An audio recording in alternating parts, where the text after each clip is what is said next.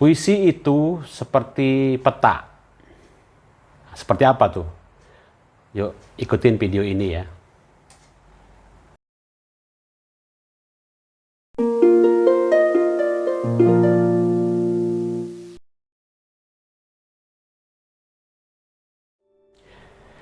Ya, ketemu lagi di vlog Juru Baca.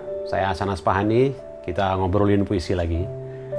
Ya, saya ingin menyampaikan satu obrolan, benar-benar obrolan. Tadi ada diskusi dengan 15 penyair, dengan tuan rumah Putu Fajar Archana, Archana Foundation, berinisiatif mengumpulkan penyair, kita baca puisi, dan berdiskusi tentang peran puisi di musim pandemi ini, musim pagebluk begini, itu apa yang bisa diharapkan dari penyair dan dari puisi yang ditulis itu. Diskusinya menarik karena diikuti juga oleh Dirjen Kebudayaan Pak Hilmar Farid, dan di situ saya menyampaikan puisi itu bagi saya seperti peta. Nah, seperti apa tuh? Seperti peta, ya seperti peta. Seni apapun itu meniru kehidupan. Ada teorinya kan, teori mimesis itu kan, meniru kehidupan gitu. Bahan dari seni apapun itu adalah ya kehidupan sehari-hari yang kemudian diolah oleh si seniman. Kalau ada penyair ya menjadi puisi dong begitu. Nah, saya rasanya mudah banget dan cocok buat saya ketika menganggap seni itu, terutama puisi saya atau puisi siapapun yang saya baca gitu, sebagai peta gitu, peniruan itu gitu. Peta itu apa? Saya kuliah di pertanian, jurusan tanah, jadi saya dapat pelajaran kartografi gitu. Nah, sedikit tentang peta gitu. Peta itu adalah peniruan rupa bumi. Sesimpel itu, peta itu adalah peniruan rupa bumi. Tapi peta pasti bukan rupa bumi. Pasti bukan peta itu. Ada berbagai jenis peta. Ada peta penggunaan lahan, ada peta topografi. Petanya datar, tapi dari peta itu kita bisa melihat ketinggian suatu tempat. Oh, ini 3000 meter, oh ini 0 dari permukaan laut. Bisa peta. Kalau itu peta topografi yang dibuat dengan baik begitu, dengan kayak ada garis, namanya garis ketinggian. Garis altitude itu peta topografi. Ada peta penggunaan lahan gitu. Di peta itu kita bisa ngelihat, oh di sini digunakan sebagai lahan pertanian, oh ini perumahan, oh ini adalah industri, misalnya itu peta penggunaan lahan. Peta yang sama, daerah yang sama bisa dipetakan dengan bermacam-macam jenis peta, tergantung kegunaannya, tergantung tujuannya si pembuat peta gunanya buat apa. Ada peta curah hujan, ada juga peta itu memetakan daerah-daerah dengan curah hujan yang sama dan berbeda. Oh di sini curah hujannya tinggi, oh di sini curah hujannya rendah. Apa gunanya? Gunanya kalau saya bercocok tanam, memutuskan tanaman apa yang memerlukan curah hujan berapa, saya harus bisa tuh berdasarkan peta itu, saya bisa kemudian menentukan saya akan bercocok tanam di mana sesuai peta itu. Nah, itulah peta gunanya. Itulah puisi. Sudah nyambung belum? Ya, yang mau saya katakan adalah bahwa puisi itu tidak pernah menjadi kehidupan yang sebenarnya. Kita yakini banget bahwa puisi itu adalah dunia sendiri gitu. Nah, seperti peta itu adalah rupa bumi sendiri yang menggambarkan bagian dari rupa bumi yang ingin ditampilkan di peta itu. Kayak tadi peta topografi, berarti yang ingin ditampilkan adalah ketinggian. Kalau peta curah hujan, sebarannya yang ditampilkan di peta itu adalah sebaran daerah-daerah dengan curah hujan yang berbeda-beda gitu. Dan karena itu dia berguna. Nah, puisi juga begitu. Puisi tidak pernah menjadi kehidupan yang sebenarnya. Dari mana si penyair mengambil bahan untuk puisinya, tapi dia menjadi dunia sendiri dan ada gunanya. Seperti peta itu tadi gitu.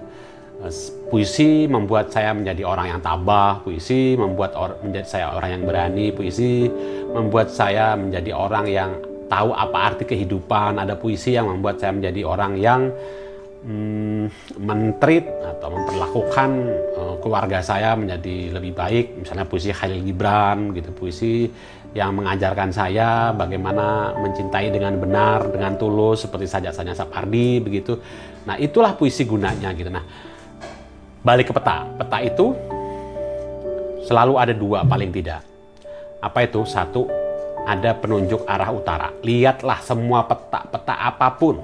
Sesimpel itu peta pariwisata misalnya. Peta sebuah kota yang menunjukkan di mana-mana, di mana ada tempat wisata, di mana restoran, di mana objek wisata.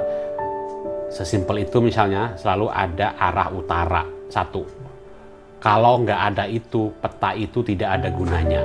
Misalnya apa? Misalnya kita dapat sesobek peta yang arah utaranya hilang dan kita nggak tahu di mana. Biasanya selalu di atas utara tuh. Kalau peta itu utara di atas. Jadi makanya ditata peta itu gambarnya sehingga utaranya di atas gitu. Tapi kalau tidak ada arah utara, peta itu nggak ada gunanya. Yang kedua, ada skala. Nggak mungkin, peta yang paling baik adalah 1:1. Maksudnya apa? 1 meter di permukaan bumi, 1 meter di peta. Tapi kan nggak mungkin. Masa kita punya peta selebar dunia gitu. Maka karena itu ada skala, ada yang dikecilkan. Tapi skalanya harus jelas, 1:10.000 kah, 1:25.000 kah, 1:100.000 kah gitu. Jelas, harus jelas. Karena apa? Karena itu nanti yang menunjukkan jarak dalam 1 cm sama dengan 10.000 cm. Artinya berapa tuh? Berapa kilo tuh gitu. Itu gunanya skala. Maka ketika ada arah utara, saya bisa tahu saya mau kemana nih. Oh, utaranya situ. Berarti kalau saya mau ke timur, saya harus ke sini. Mau saya ke barat, saya mau ke sini. Atau saya sekian derajat kemana gitu. Utaranya penting banget. Skalanya juga penting karena saya tahu jadi jaraknya berapa. Oh, dari titik saya berdiri, kalau utara di sana, saya harus ke sini. Di peta jaraknya sekian. Itu artinya di bumi, di bentang alam yang sebenarnya jaraknya adalah sekian. Sesuai dengan skala. Begitulah puisi. Puisi, tadi saya bilang di diskusi tadi, puisi itu kayak arah utara di dalam peta itu. Apa itu? Semua pembaca punya arah kehidupan masing-masing. Jadi kebenaran fungsional itu ada di mana-mana, tidak di satu titik, tidak di satu tempat, tidak di satu arah. Semua orang punya tujuan masing-masing dan dia harus meyakini bahwa di sanalah kebenaran yang ingin dia cari itu ada gitu. Kebenaran fungsional tidak di satu tempat. Nah, arah utara dalam puisi itu seperti peta. Peta puisi seperti arah utara dalam peta. Maksud saya begitu.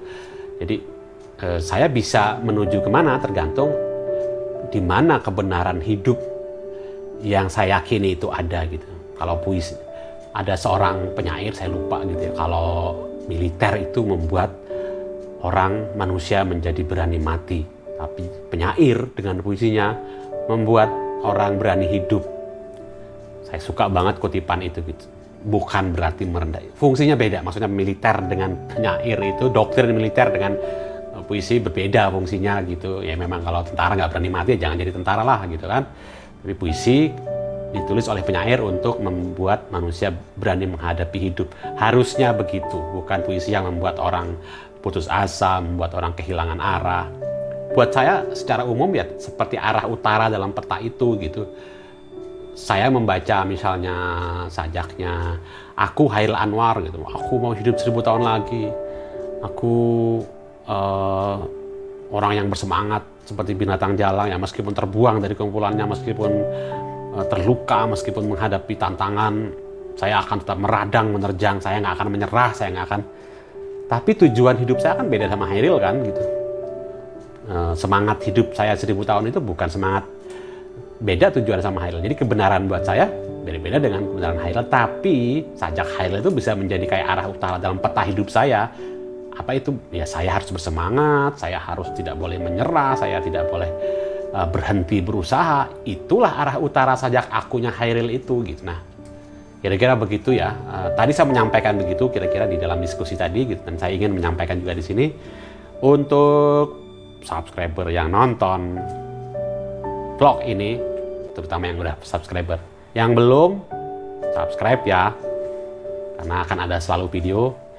Oh ya, saya juga membuat series kelas puisi tiap hari Selasa. Dan mungkin saya lagi mikir kontennya nih, akan bikin kelas puisi untuk anak-anak. Nah, ini diabaikan banget di Indonesia gitu. Kalau saya bikin status di YouTube ini, Anda bisa jawab di situ, komen. Kira-kira seperti apa ya yang dibutuhkan. Ada satu orang tadi yang ngejawab bahwa, oh ya perlu banget tuh, saya guru susah banget ngajar karena nggak ada contoh. Gimana ya ngajarin anak-anak supaya mereka mencintai puisi gitu.